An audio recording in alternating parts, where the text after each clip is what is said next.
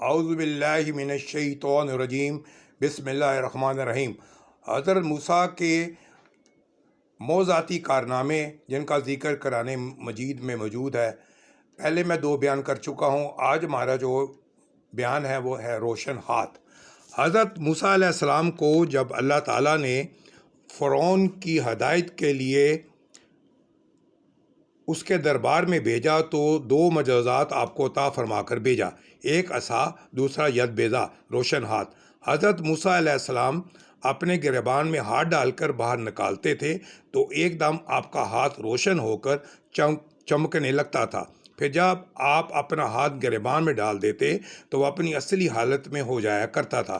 اس موضوع کو قرآن عظیم کے مختلف صورتوں میں بار بار ذکر فرمایا ہے۔ چنانچہ سورۃ طٰ میں ارشاد فرمایا کہ اور اپنا ہاتھ اپنے بازوؤں سے ملا، خون سفید نکلے گا۔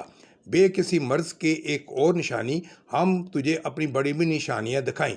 اس موضوع کا نام ید بیضا ہے، جو ایک عجیب اور عظیم موضوع ہے۔ حضرت ابن عباس رضی اللہ عنہ نے فرمایا کہ حضرت موسیٰ علیہ السلام کے دستے مبارک سے رات و دن میں آفتاب کی طرح نور نکلتا تھا۔ واحلہ تفسیر خزائل العرفان۔ آج تک اتنا ہی۔ انشاءاللہ تعالی اگلا ہمارا موضوع ہوگا منو و سلویٰ۔ یہ حضرت موسیٰ علیہ السلام کا ایک اور بڑا موضوعاتی کارنامہ ہے جس کا ذکر قرآن مجید میں موجود ہے۔